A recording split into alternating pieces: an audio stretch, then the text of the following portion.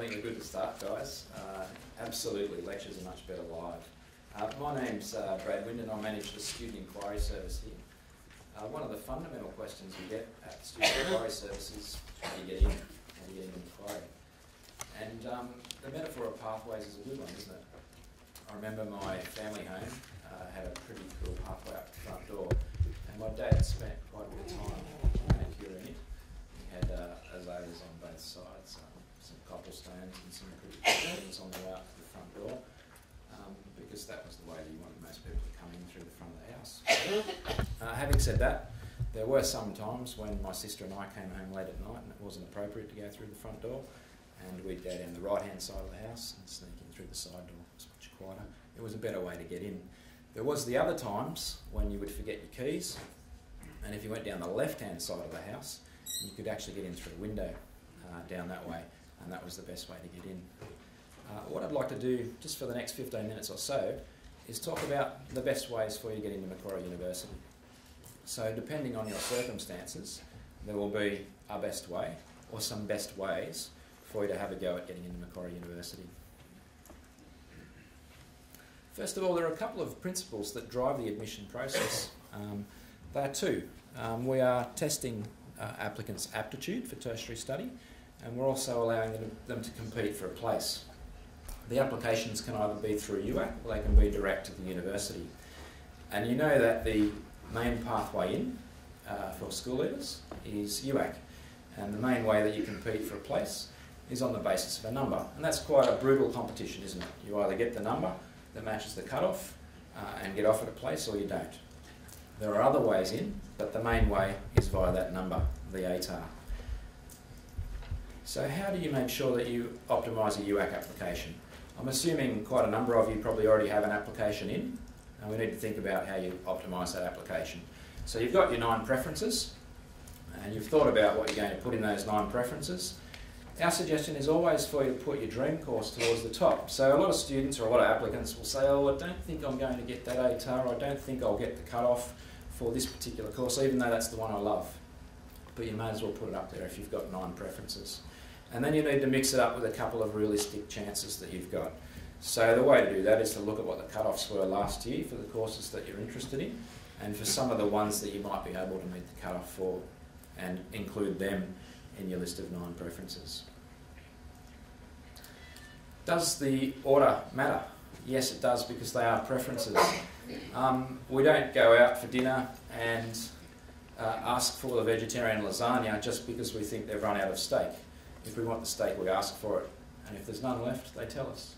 Similarly, if your top preference is BCom, Bachelor of Commerce, you put it to the top. If we've run out of places in the Bachelor of Commerce, i.e. if you don't have the cut-off for that, we'll look at your second preference and we'll offer that to you, providing you've got the cut-off for that one. What about changing preferences? Should you change them? Well, generally not. If you've organised them in a sensible way initially, then there's no great reason to change them. There are probably 2 reasons why you might change them. You've changed your mind, that would be one reason. Or when the ATAR came out, you didn't have the ATAR that you thought you'd get. So you might just go back and check that you've got some of those courses in there with those lower cut-offs from last year, just to make sure that you've got the best chance of getting some offer, even if you don't get your greatest offer or the offer that you really would like. So there's some dates there, you'll be aware of them. The key one there is the one in red. Friday the 4th of January is tomorrow. It's your last day to go back onto the UAC space and change your preferences to be considered for main round offers.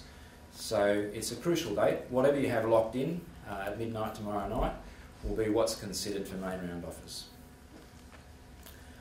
Having said that, so after you've got them locked in, you can change them later and be considered in final rounds as well.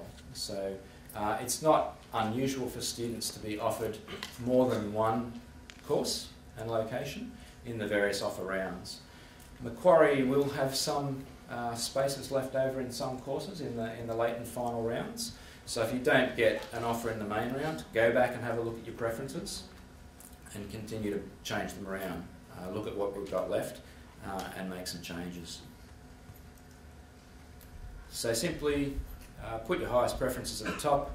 If you've got the rank, we'll make an offer to you and you'll be able to begin here. Just a quick word, there's not much left to do in terms of these things, but it's important information.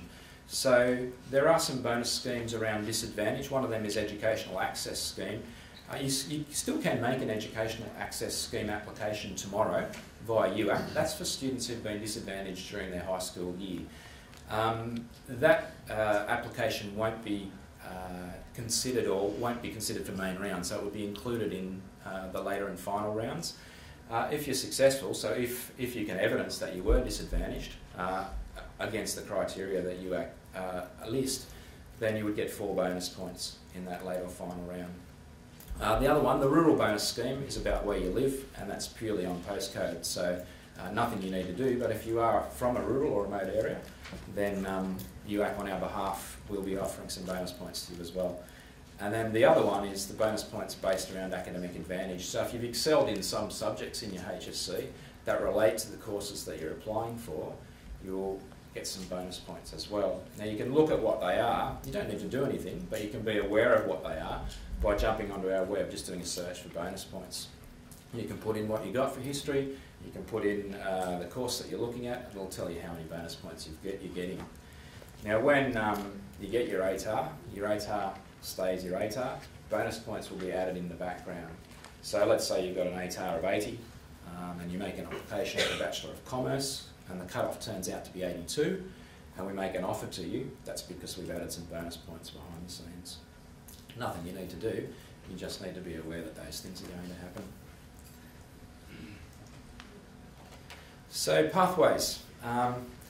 Main pathway, up the front door, UAC, other pathways. Some pathways allow you to commence in your preferred course, others mean that you need to take a detour. Because I might not have the ATAR I expected I would get to get into the preferred course. One of the main ways people move around or choose alternative pathways at Macquarie is via the internal course transfer system here. So if you get in to a bachelor's degree here and accept and enrol and begin, there is opportunity for you to transfer to a more preferred course at a later date. Now ordinarily you will need to meet some criteria. The criteria look like this, for example. Let's say I have the ATAR this year to get into the Bachelor of Arts, but what I really want to do is the Bachelor of Arts-Psychology. So once I've completed 12 credit points in the Bachelor of Arts, that's 4 subjects usually, and I've got a grade point average of 2.5, I'll work through what that is in a minute, I can then request a transfer into the Bachelor of Arts-Psychology.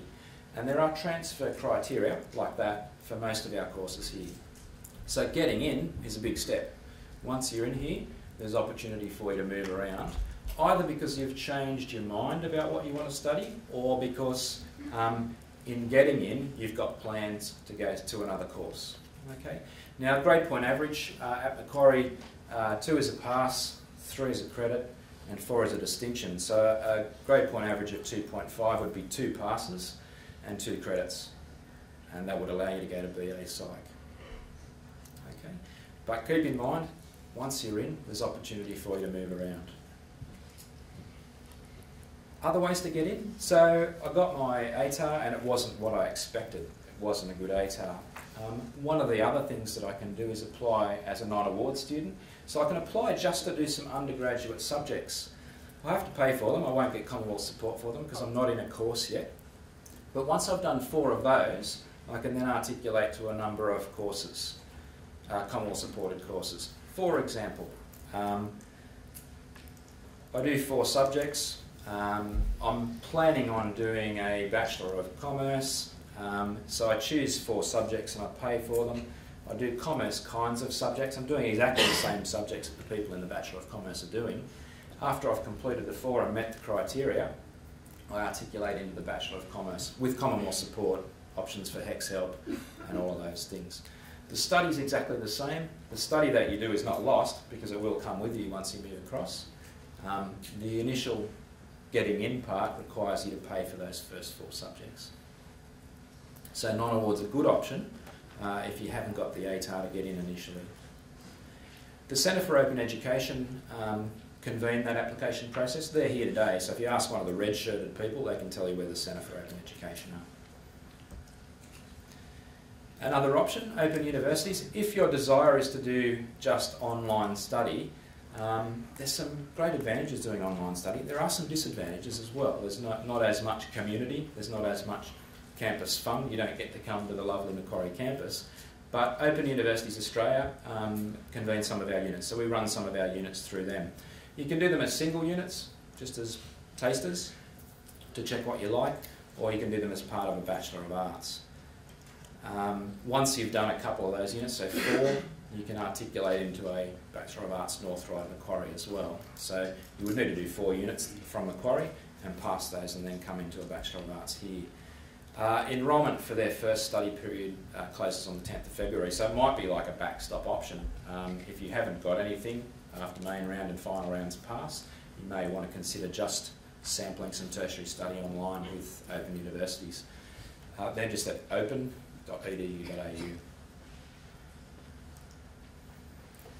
If languages is something that you're interested in, it's another way in. So it's a direct application to the university. We don't require an ATAR for you to apply. Applications for this cycle close tomorrow, so there's another urgent one there. But it goes on and on, so even if you don't come in for first session this time, you can make applications mid-year or later on. Keep in mind also you can go from Diploma of Languages, you can take out the diploma, so you do your 8 language subjects, take out a Diploma of Languages in a range of languages, Spanish, French, German, or you can move from Diploma of Languages to a bachelor degree. A lot of students start in the Diploma of Languages, they do their French and they go, oh, I'd like to do a bit more of this, I'm going to articulate to a Bachelor of Arts. So they take all their language study into the Bachelor of Arts, continue to do a bit more French and then add a second major, so they might add a biology major as well. Or they might get into the Bachelor of Arts, do a bit more work and transfer across to something else that they really wanted to do, Bachelor of Commerce or Bachelor of Psych. So again, it's another starting place, Diploma of Languages, if languages are something that you like. You'll find CIBIT, the Sydney Institute of Business and Technology, on campus today, so you can talk to them. They run a number of courses that directly articulate to us, mostly in business. And again, there are particular criteria that you need to meet. So you complete a diploma with them, which are our subjects again, so Macquarie's subjects, and providing you do relatively well, you can come into our degree programs, or you can take the diploma and go home. And then TAFE. So Macquarie recognises TAFE for 2 purposes. It generates a rank for you. So again, it's a UAC application. So the competition for a place is quite brutal. It's about numbers. If your ATAR isn't adequate to get in, you go to TAFE, you do relatively well at TAFE, that will improve your rank will increase. The higher the level of study that you do and the more that you do of it and the better that you do in it, the greater the rank. So if I was to go to TAFE and I was to do more than a pass, I would be looking at an 8 or a rank equivalent to an ATAR of about 82, something like that.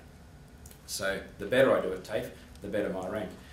But if you get to the end of this application cycle and you haven't got an offer, there's a consideration there for you. Do I want to spend a year at TAFE?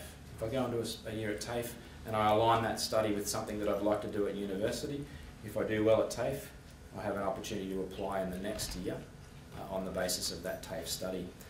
And the other thing that TAFE does is it generates credit for previous studies. So if you've done subjects at TAFE that align with the subjects that you would need to do with us, then you won't need to do them here. And then there are some very neat direct articulations in science. So if you do TAFE science courses, we can get you into a Bachelor of Science here, and similarly the Bachelor of Business Administration into hospitality management here. So what I hope to do is just give you some information about the best way for you to get in, depending on your circumstances. I hope you've got your UAC applications in. Remember, tomorrow's a crucial date, so tomorrow you need to lock in your preferences for main round. Most of our offers will be made during the main round. We will make some in final and late, but most of them will be made in main round. That's all I wanted to say. I'm happy to answer a couple of questions, because we have a bit of time for that, if anyone has any. What was the late entry, the late offer date again? The Not the first round of offers, but the later. Yeah, it's not in my mind. It's I think it's February 1. 30th of January. Thank you. And final is Wednesday the 6th. There we go.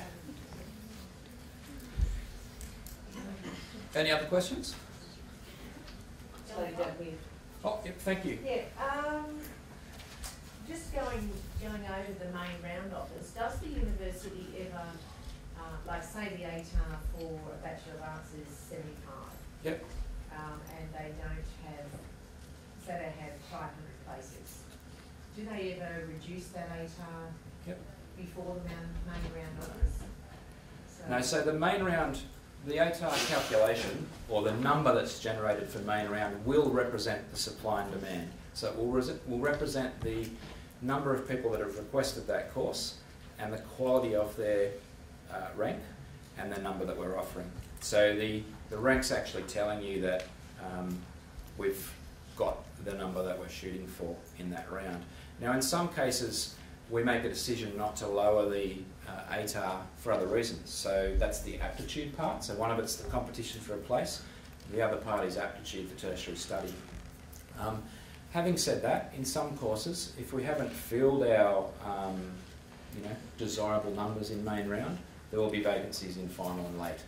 And historically, we've had, we didn't do that. 5 years ago, we wouldn't have had many offers in those late and finals. In the last couple of years, we have, especially in the generic courses. So again, keep in mind, if you get into a Bachelor of Arts, you don't have to stay there. And they're the kind of courses that will have vacancies in the end, the Bachelor of Arts, the Bachelor of Science, some of the generic courses. Yeah. Where do you find details of the transfer policies for the different courses?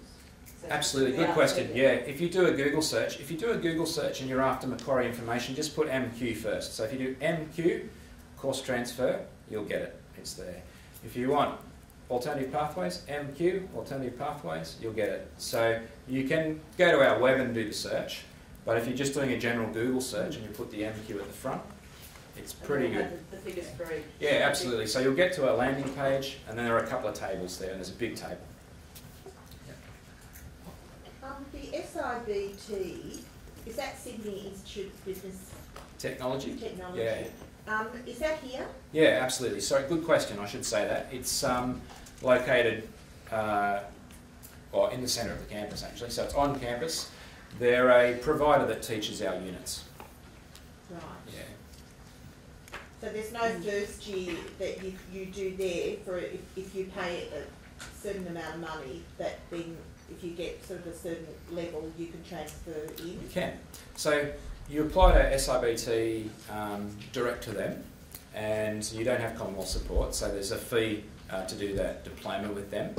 And the usual intent for students doing that is to complete the 8 subjects in the diploma and then articulate to Macquarie a Macquarie course. They're already studying on the Macquarie grounds, but to a Macquarie course. And once you articulate to the Macquarie course, you're then in a Bachelor of what you've come into, Bachelor of Commerce usually, or something like that, and you've got your Commonwealth support, you're no longer paying that fee. And is that 2 years? 1 year? 1 year for a diploma. And are you able to tell me how much that would be? I can't, around but 7,000? yeah, that's, yeah.